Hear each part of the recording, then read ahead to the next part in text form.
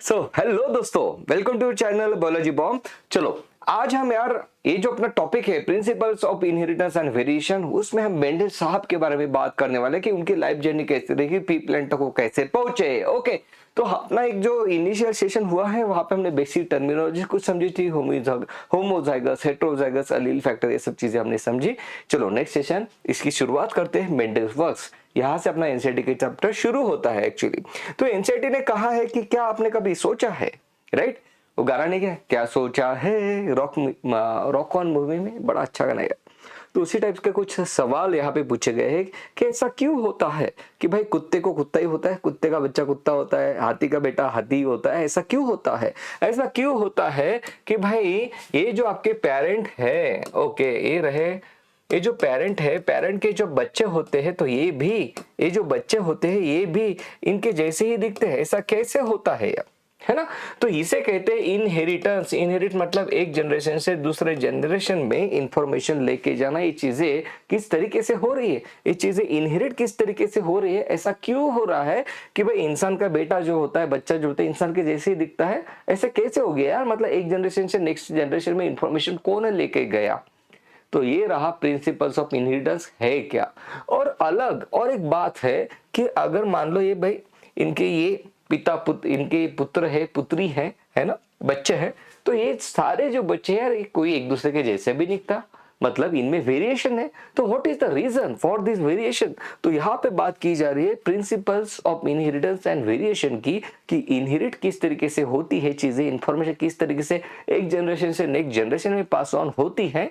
और ये जब इंफॉर्मेशन पास ऑन हुई तो भाई ये जो इनके बच्चे हैं प्रोजेनिट में, उनमें वेरिएशन किस तरीके से आते हैं, what are the factor responsible for it. तो यहाँ पे ये चैप्टर इसके बारे में बात करता है। यहाँ पे बात की जा रही है जेनेटिक्स की, और बताया जा रहा है कि भाई genetics, this subject deals with the inheritance as well as the variation. And यहाँ पे बात हो रही है कि इनहेरिटेंस मतलब क्या? It is the process by which characters are pass on from parent to progeny, that is what is called as inherit करना। आप प्रॉपर्टी इनहेरिट करते हो ना आपके पेरेंट्स से, जो उनकी प्रॉपर्टी आपको मिल जाती है। आप डिसीजेस भी इनहेरिट करते हो, लाइक कुछ डिसीज पेरेंट्स से लेके आ जाते हैं बच्चों में। तो ये जो इनहेरिट है उसे हम इस चैप्टर में पढ़ते हैं। और variation, that is the it is the degree by which progeny differs from there parent. ये जो बच्चे हो रहे हैं यार एक दूसरे के जैसे एग्जैक्टली सेम नहीं है, देयर इज अ वेरिएशन। तो यहाँ पे हम इस वेरिएशन की बात करने वाले। तो यहाँ पे एनसीईआरटी ने कहा है कि भाई जब जब सेक्सुअल रिप्रोडक्शन होता है तब वेरिएशन ये होता ही है, बच्चे सेम नहीं दिखते। वही तो मेन पर्पस था सेक्सुअल रिप्रोडक्शन का, कि पहले तो सेक्सुअल रिप्रोडक्शन चल रहा था इवोल्यूशन वाइज अगर हम देखें, फिर सेक्सुअल रिप्रोडक्शन इसलिए लाया गया ताकि वेरिएशन इंट्रोड्यूस किया जाए। वेरिएशन कैसे इंट्रोड्यूस किया जाता है? गमेट फॉर्मेशन में यहाँ पे क्या होता है, जेनेटिक रिकॉम्बिनेशन होता है, जिसके थ्रू वेरिएशन आगे हो जाता है प्रोजीनी में। वेरिएशन मतलब क्या? अलग अलग प्रोजीनी बनाना, ताकि भाई मान लो कोई डिसीज आ गया जहां पे पूरी पॉपुलेशन को होता है, तो एक अगर सब पॉपुलेशन एक दूसरे के जैसे रही, वेरिएशन नहीं रहा, तो एक झटके में कंप्लीट पॉपुलेशन खत्म हो जाएगी। तो ये था इवोल्यूशन वाइज, इसका पर्पस था वेरिएशन को इंट्रोड्यूस कराना और बेटर जो प्रोजीनी है उसको आगे कैरी फॉरवर्ड करते हुए लेके जाना। ओके, तो भाई यहाँ पे बात चल रही है कि वेरिएशन जो है ये पहले जमाने से, बहुत पुराने जमाने से हमें पता है कि भाई सेक्सुअल रिप्रोडक्शन में वेरिएशन आते हैं। मतलब जैसे मान लो आपने कोई काऊ ले लिया तो उसका बच्चा जो है बाकी बच्चों से अलग अलग रहता है। तो यहाँ पे बात की जा रही है इसी तरीके से हमने क्या किया है भाई, सेक्सुअल रिप्रोडक्शन जानबूझ के कराया। हमने जानबूझ के कराया, वाइल्ड काऊ को सिलेक्ट कर करके हमने आर्टिफिशियल सिलेक्शन के थ्रू यहाँ पे हमने काऊ की एक न्यू वेराइटी डेवलप कर दी, क्योंकि हमें पता था कि किस तरीके से इंफॉर्मेशन इनहेरिट होती है।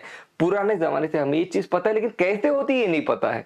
तो यहाँ पे बात की गई कि भाई साहिवाल, ये जो काऊ है in Punjab, it is develop through the artificial selection and domestication from the ancestor wild cows. Wild cows से हमने आर्टिफिशियल सिलेक्शन किया, मतलब हमें वाइल्ड काऊ दिखी, राइट, फॉरेस्ट में गए, काऊ दिखी, सबसे अच्छी हमने ढूंढी, फिर उसका हमने क्या करा, मेटिंग कराया सबसे अच्छे बुल के साथ। ओके, उसके बाद जो बच्चा हुआ उसका भी जब आपने मीटिंग कराया तो सबसे अच्छा जो पार्टनर रहेगा उसके साथ कराया। इस तरीके से आर्टिफिशियली सिलेक्ट कर करके हमने एक अच्छी सी ब्रीड यहाँ पे डेवलप कर दी। तो यहाँ पे उसका एग्जांपल भी दिया है, दैट इज साहिवाल काऊ। ये इंपॉर्टेंट है, एमसीक्यू पूछा जाता है। Okay, so this is the artificial selection. हमने कहाँ पे बात की थी, डार्विन ने नेचुरल सिलेक्शन की बात की है ना। तो डार्विन ने भी यही चीज देखी थी कि हम चीजों को आर्टिफिशियल सिलेक्ट करते हैं, जबकि नेचर नेचुरली सिलेक्ट कर जाता है and better suited individual, better adapted individual survive कर जाता है। ओके, और इवोल्यूशन होता है, ये बात डार्विन ने की थी। चलो सो भाई ये मेंडल की कहानी है। मेंडल साहब यहाँ पे देख रहे हैं, मेंडल जब प्लांट देख रहे थे, मेंडल साहब को यार एक सवाल माइंड में आया कि ऐसा क्यों कि भाई कोई प्लांट है उसकी हाइट ज्यादा है, कोई प्लांट की हाइट कम है, ऐसा क्यों हो रहा है। Okay, so now he is confuse कि ऐसा क्यों हो रहा है। भाई जिसके माइंड में सवाल आता है उसे तो कंफ्यूजन होगा, जो देखते हुए आगे चलेगा सोचेगा नहीं उसको काहे का कंफ्यूजन होगा, है ना। तो भाई साहब इन्होंने देखा कि यार ऐसा क्यों होता है।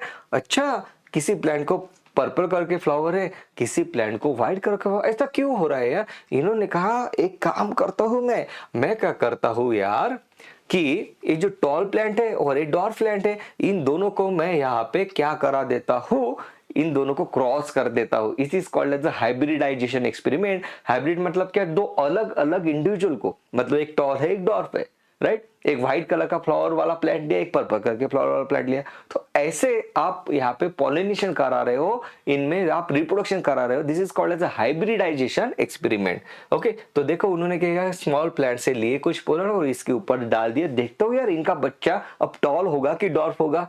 ओके, सो यहाँ पे देखा यार, अरे यार मैंने एक टॉल प्लांट लिया था, एक डॉर्फ प्लांट लिया था, इसका बच्चा तो टॉल प्लांट हुआ। नाउ ही इज कंफ्यूज, तो फिर डॉर्फ कैसे कहा गया यार, समझ में नहीं आया। फिर इसका जब इन्होंने सेल्फ पॉलिनेशन कराया, मतलब इसके पोलन लिए और इसके ओरी के ऊपर डाल दिए, स्टिग्मा के ऊपर डाल दिए, तब जब बच्चे हुए तो इनको दिखा कि अरे यार ये कैसे आ गया। इसका प्लांट, इसका जो पेरेंट है भाई, इन चारों का जो पेरेंट है यहाँ पे, ये तो टॉल है, तो भाई इसके बच्चे जो है ये डॉर्फ कैसे आ गए। Again he is confuse. Now he decided किया चलो यार और कुछ करके देखता हूं। मैंने एक टॉल लिया था, एक डॉर्फ लिया था, अब मैं एक व्हाइट फ्लावर लेता हूँ, पर्पल फ्लावर लेता हूँ, और सेम टाइप के एक्सपेरिमेंट इन्होंने किए और सिमिलर टाइप के रिजल्ट इनको दिखाई दिए, पैटर्न इनको दिखाई दिया। और भाई साहब ये तो बड़े होशियार थे, इन्होंने उसमें स्टैटिस्टिक्स भी अप्लाई किया।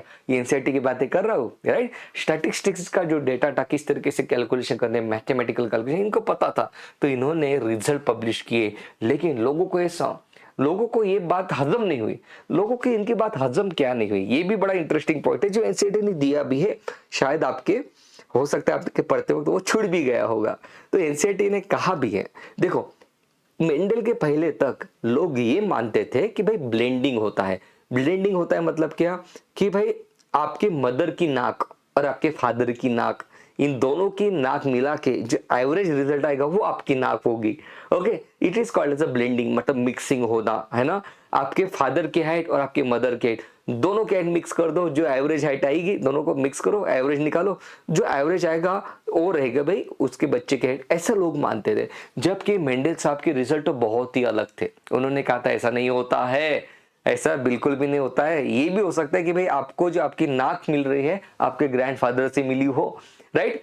तो इस टाइप के रिजल्ट इनके थे, जो कि बहुत अच्छे रिजल्ट है, लेकिन लोगों को समझ में नहीं आया, लोगों ने गाली देना शुरू कर दिया, मतलब बहुत से उनके रिजल्ट तो जला डाली इन्होंने। ओके, बड़ा अफसोस हुआ।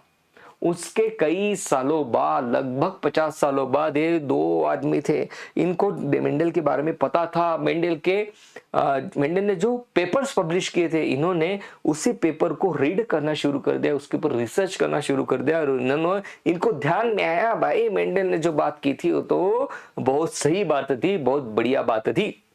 ये कौन थे? ये थे Hugo de Vries, Correns and Tschermak, जिन्होंने मेंडल साहब के ऊपर रिसर्च किया, रीपब्लिश किया, रीडिस्कवर किया उनका रिसर्च, है ना। तो ये है मिस्टर मेंडल, बड़ा ही अद्भुत योगदान है उनका। ओके, इनके रिजल्ट्स के इन्होंने क्या क्या ग्राउंड ब्रेकिंग रिजल्ट्स दिए हैं उन्होंने, है ना, मतलब तहलका मचा दिया अपने रिजल्ट्स के थ्रू। तो देखो इनका बर्थ हुआ, उसके बाद 1847 he went to the university of Vienna. एक हल्का सा मैं हिस्ट्री बता रहा हूँ यहाँ पे। ओके, फिर 51 में उन्होंने एज अ टीचर काम करना शुरू कर दिया। फिर 56 एक्चुअली क्या था यार, ये जहाँ पे अपना काम करते थे, चर्च में ये काम करते थे, तो चर्च का जो गार्डन था वहां पे ये गार्डनिंग भी करते थे। इनको गार्डनिंग का बड़ा मतलब शौक था इनको, है ना। तो जब गार्डनिंग करते करते इनके माइंड में सवाल आने लगा कि भाई ये जो फ्लावर है, भाई फ्लावर पर्पल कलर का है, कोई फ्लावर व्हाइट कलर का है, मुझे पर्पल ही चाहिए तो मुझे क्या करना पड़ेगा, मुझे व्हाइट ही चाहिए तो मुझे क्या करना पड़ेगा। तो इससे उनको ये माइंड में सब सवाल उनके आने लगे थे। 1856 से लेके 1863 फॉर 7 ईयर उन्होंने एक्सपेरिमेंट किए, फॉर 7 ईयर्स एक्सपेरिमेंट किए। किसके ऊपर? पी प्लांट के ऊपर। ये रहा पी प्लांट के ऊपर। लेकिन उसके बाद उनका यार रिसर्च को लोगों ने माना नहीं, है ना। बहुत से रीजन है क्यों नहीं माना, वो भी हम देखेंगे। क्योंकि लोगों को ना क्या लगता है यार कि यार मुझे समझ में नहीं आया मतलब गलत है, ये बात होती है ना। तो वही कुछ उनके साथ हुआ, बैड लक। उसके बाद देखो 1863 में उन्होंने अपने 1863 में उनका खत्म हो गया था काम। लेकिन ये देखो इतना बड़ा यहाँ पे गैप आ रही है। और ये रिसर्च रीडिस्कवर किया गया है ईयर 1900 में बाय कॉरेज, ह्यूगो डे व्रीज और एनरिच द्वारा। तो यहाँ पे एक बड़ी सही बात है, ह्यूगो डे व्रीज का नाम कहाँ पे सुना है आपने? ह्यूगो डे व्रीज कुछ सुना है? म्यूटेशन वगैरह कुछ सुना है? भाई मेंडल साहब की तो उन्होंने रिसर्च को यूज करके अपनी ह्यूगो डे व्रीज की थ्योरी दी थी। ओके, तो भाई ये है जिन्होंने इनका काम को रीडिस्कवर किया, मतलब पूरे दुनिया के सामने लाया है। ओके, तो मेंडल साहब के सामने कुछ सवाल थे। जैसे यहाँ पे उनको सवाल थे कि अरे जो पी प्लांट है उसके जो कुछ सीड है ये राउंड कलर के रहते, कुछ रिंकल कलर के रहते। कुछ पी प्लांट है उनका जो सीड है ये येलो कलर की रहती है, ग्रीन कलर की रहती है ना। कुछ प्लांट जो है पी प्लांट ये टॉल है, कुछ तो डॉर्फ है। तो उनको ये समझ में नहीं, उनको ये समझना चाहते थे वो कि यार इसको कौन कंट्रोल कर रहा है, ये जो कैरेक्टर्स है ये कैरेक्टर्स को कौन कंट्रोल कर रहा है। प्लांट के पास ऐसा क्या है जो डिटरमाइन कर रहा है कि भाई ये जो टॉल प्लांट है इसका बच्चा टॉल ही होगा या इसका बच्चा डॉर्फ होगा, वो कौन है। उसके पीछे एक सवाल के पीछे उन्होंने अपना यार इतना बड़ा मतलब अपनी जिंदगी लगा दी उसके पीछे, अपनी मतलब पूरी जी जान झोंक दी उस पर्टिकुलर एक्सपेरिमेंट में। ओके, तो देखो उन्होंने क्या किया, पी प्लांट लिया और उन्होंने देखा कि यार मैं ना क्या करता हूं, टोटल मैं 4 कैरेक्टर को मतलब 4 जो फीचर है पी प्लांट के उसको मैं स्टडी करूंगा। मैं स्टडी करूंगा पी दैट इज सीड, एक तरीके से वो किसके अंदर होती है? पॉड के अंदर। मैं देखूंगा यार पॉड, ओके, और फ्लावर का कलर और प्लांट की साइज। बेसिकली देखो मैं बताता हूँ, 1 मिनट का वक्त देना तो आपको समझ में आ जाएगा। इन्होंने ये यहाँ पे 4 कैरेक्टर लिए और फिर यहाँ पे देखा कि पी का जो शेप है या पी का जो कलर है वो किस तरीके से है, पॉड का जो शेप है, पॉड का जो कलर है वो किस तरीके से। पॉड मतलब क्या? ये रहा पॉड, पॉड के अंदर होती है सीड, है ना।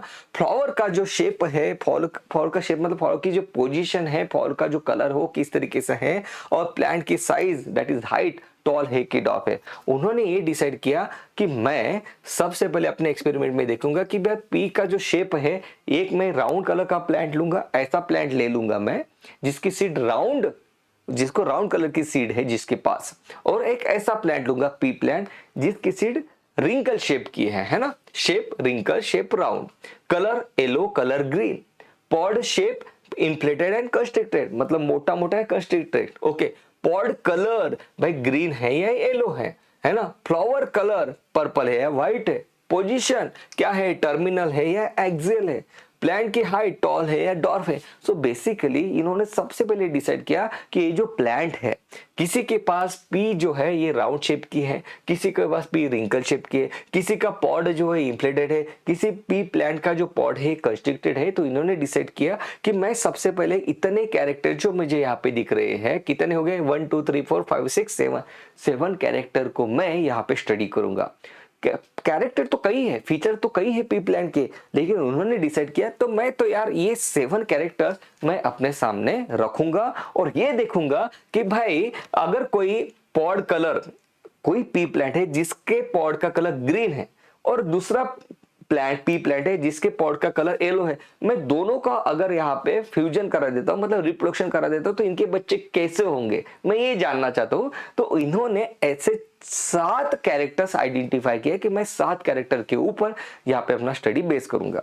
तो ये भी बड़ी एक इंपॉर्टेंट चीज है यार। देखो मतलब कैसे इंपॉर्टेंट चीज है, आपको लग रहा होगा कि ये तो रैंडमली ले दी इन्होंने, इनको दिखा कि किसी पी प्लांट का जो पॉड है ग्रीन कलर का है, किसी पी प्लांट का जो पॉड है भाई ये तो येलो कलर का है, चलो इसको ले लेते। ऐसा नहीं है बेटा, इन्होंने ये जो कैरेक्टर लिए ना कॉन्ट्रास्टिंग कैरेक्टर्स लिए। कॉन्ट्रास्टिंग मतलब क्या है कि भाई फ्लावर का कलर जो है ये मेरे लिए व्हाइट, आपके लिए व्हाइट, सबके लिए ही व्हाइट ही होना चाहिए, ऐसा फीचर लिया इन्होंने, इसलिए फ्लावर का कलर लिया कि भाई फ्लावर का कलर व्हाइट है या पर्पल है। ओके, प्लांट की हाइट ली इन्होंने, टॉल है कि डॉर्फ है, ऐसा नहीं कि भाई मुझे डॉर्फ लग रहा है आपको टॉल लग रहा है, ऐसा नहीं होना चाहिए, कंफ्यूजन नहीं होना चाहिए, कोई भी थर्ड पर्सन आए। तो इन्होंने ऐसे फीचर्स यहाँ पे आइडेंटिफाई किए हैं बेटा। मतलब पी के शेप का अगर मैं बात कर रहा हूं तो मेरे लिए भी राउंड होना चाहिए, आपके लिए भी राउंड होना चाहिए, नहीं तो आप बोलो कि नहीं ये तो राउंड नहीं, ये तो रिंकल है ना। तो इन्होंने कॉन्ट्रास्टिंग फीचर्स यहाँ पे आइडेंटिफाई किए अपने रिजल्ट्स को टेस्ट करने के लिए, मतलब अपने एक्सपेरिमेंट को कैरी आउट करने के लिए ये इन्होंने कॉन्ट्रास्टिंग कैरेक्टर लिए, जो कि बहुत इंपॉर्टेंट है और जिनको याद रखना बिल्कुल ही सिंपल है। P plant, P okay, P में हम दो चीजें लेती है भाई, पी का शेप कैसा है, कलर कैसा है। पी किसके अंदर रहता है, पॉड के अंदर।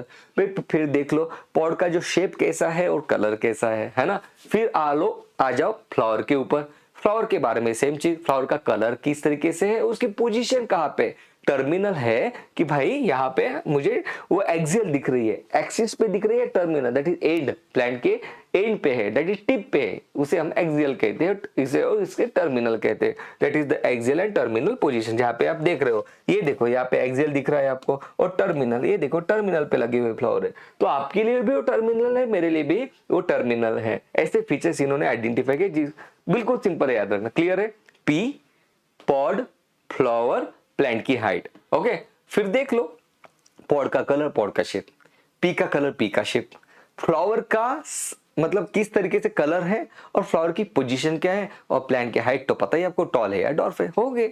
ओके, ये पूछा जाता है एग्जाम में, सिंपल है। ओके चलो, so number of contrasting character कितने हो गए, 7 हो गए। देखो 1 2 3 4 5 6 7 7 हो गए। Number of true plant breeding varieties 14। अब इन्होंने एनसीईआरटी ने कहा कि भाई इन्होंने सबसे पहले ट्रू प्लांट ब्रीडिंग वेराइटी जो है इन्होंने यहाँ पे रिकवर की, या इन्होंने मतलब वो डेवलप की। अब इसका क्या मतलब होता है, एनसीईआरटी की हर एक लाइन समझा रहा हूं मैं आपको। इसका मतलब ये होता है कि ट्रू प्लांट ब्रीडिंग मतलब क्या। ओके, तो देखो ये जो टॉल प्लांट होता है ये धीरे धीरे समझेगा आपको। ये जो टॉल प्लांट होता है ये तो हमें अब पता है ना। ये जो टॉल प्लांट होता है ये तो हो सकता है इसके पास टॉल टी जीन हो दोनों, या तो फिर ये टॉल टी हो, या उसके पास दूसरा जो एलील है स्मॉल टी वाला हो। ओके, तो इन्होंने क्या किया, सबसे पहले मान लो मुझे टॉल प्लांट चाहिए, टॉल पी प्लांट चाहिए, तो इन्होंने क्या किया, टॉल प्लांट लिया। हो सकता है ये हो या ये हो, इसका क्या करना, आपने सेल्फ पॉलिनेशन कराना। सेल्फ पॉलिनेशन तब तक कराना है आपको जब तक कि इसकी सारी पोजीशन आपको टॉल ना दिख जाए। ओके, उसे कहते हैं true plant breeding variety. Okay, clear है। ओके, एनसीईआरटी में मैं आपको लाइन भी दिखा दूंगा तो चीजें क्लियर हो जाएगी, कोई प्रॉब्लम नहीं है। So what are the features of a pea plant, इसकी लाइफ साइकिल 3 से 4 वीक की है। भाई जल्दी से आपका रिसर्च आप इसमें मतलब उसके ऊपर आप स्टडी करना शुरू कर सकते हो। नहीं तो पता चला आपने ऐसा प्लांट लगाया भाई जिसकी लाइफ साइकिल 10 साल की है, जिसको फ्लावर आने में 5 साल लग गए, तो भाई फिर तो खत्म हो जाएगी, है ना, आप खत्म हो जाएंगे, रिसर्च कंप्लीट नहीं होगा आपका। ओके, तो ऐसा प्लांट इन्होंने चूज किया जिसकी लाइफ साइकिल 3 to 4 वीक की है, जिसमें सेल्फ और क्रॉस दोनों पॉलिनेशन पॉसिबल है। बहुत इंपॉर्टेंट है बेटा, देखो कितने ब्यूटीफुल तरीके से उन्होंने पी प्लांट को चूज किया है। Okay, seeds are more in number and no dormancy. आपके ये भर भर की इसके पास सीड आती है जिसको आप भाई आगे आपके एक्सपीरियंस को आप कैरी फॉरवर्ड कर सकते हो जिसके थ्रू, है ना। नो डॉर्मेंसी, कोई डॉर्मेंसी शो नहीं करते, बहुत इंपॉर्टेंट फीचर है। देखो 34 कॉन्ट्रास्टिंग कैरेक्टर है ना, 34 कॉन्ट्रास्टिंग कैरेक्टर है मेंडल साहब के पास, लेकिन उन्होंने कितने कॉन्ट्रास्टिंग कैरेक्टर लिए, 7 कॉन्ट्रास्टिंग कैरेक्टर ही लिए। ये भी बहुत इंपॉर्टेंट होता है कि भाई चीजें तो बहुत सारी है, सभी के पीछे भागोगे कहीं नहीं पहुंच पाओगे, है ना। तो इन्होंने out of 34 contrasting character 7 characters, वो जो हमने देखे ना, पी का पॉड किस तरीके से, पी शेप क्या है, कलर क्या है, पॉड का शेप क्या है, कलर क्या है, टोटल 7 जो हमने देखे वो 7 character. Number of chromosome, it is a 14 chromosome होते हैं इसके पास, डिप्लॉयड प्लांट है। Okay fine, very very important point. The genes controlling the 7p characters studied by the Mendel are located on a 4 chromosome. Okay, so ये भी एक important feature है, ये तो उनको नहीं पता था ऐसा है, लेकिन वो जो चीज है हम आपकी जानकारी के लिए बता रहे हैं यहाँ पे कि टोटल 7p कैरेक्टर जो है इसके जो जीन्स है ये 4 क्रोमोसोम के ऊपर आपको दिखाई देते हैं। क्लियर है? ओके, सो ये तो थे कुछ बेसिक फीचर पी प्लांट के। Luckily the character that Mendel had used in a dihybrid cross were not linked. अब ये चीज क्या होती है, इसके लिए तो भाई आपको देखते रहना पड़ेगा कि लिंक्ड जीन्स क्या होते हैं और भाई इंडिपेंडेंट जीन्स क्या होते हैं, वो भी हम आने वाले सेशन में देखने वाले हैं। ओके, तो यहां तक हमने बात की कि मेंडल साहब ने किस तरीके से कैरेक्टर्स को आइडेंटिफाई किया। वो जो कैरेक्टर्स है, वो जो कॉन्ट्रास्टिंग फीचर्स है, उसको याद किस तरीके से रखना है, बिल्कुल सिंपल है। मैंने कहा पी कहाँ पे, पॉड के अंदर, तो हो गया पी पॉड। ओके, और क्या क्या होता है प्लांट के पास, फ्लावर होता है और प्लांट की अपनी एक हाइट होती है। ओके, फिर एक एक इसको डिवाइड करना शुरू कर दो। ये जो पी है भाई, ये पी का शेप कैसा है, राउंड है या रिंकल है, कलर कैसा है भाई देख लो आप, येलो है या ग्रीन है। क्लियर है? फिर आ जाओ आप पॉड के ऊपर, भाई पॉड इंफ्लेटेड है कि कंस्ट्रिक्टेड है ना, इस तरीके से। फिर पॉड का कलर देख लो आप, है ना। फिर फ्लावर का कलर देख लो, भाई पर्पल है या व्हाइट है, फ्लावर की पोजीशन एक्सियल है या टर्मिनल है, प्लांट की हाइट टॉल है या डॉर्फ है, इस तरीके से। ओके, सो इतना एक इंपॉर्टेंट सेशन आप अपना कंप्लीट हो गया है। आने वाले नेक्स्ट सेशन में हम बात करेंगे कि मेंडल साहब ने किस तरीके से मोनो हाइब्रिड क्रॉस को परफॉर्म किया और इन्होंने कुछ लॉ हमारे सामने रखे, उन लॉज के बारे में हम बात करेंगे। That was all about this session. Love you all, take care, bye bye.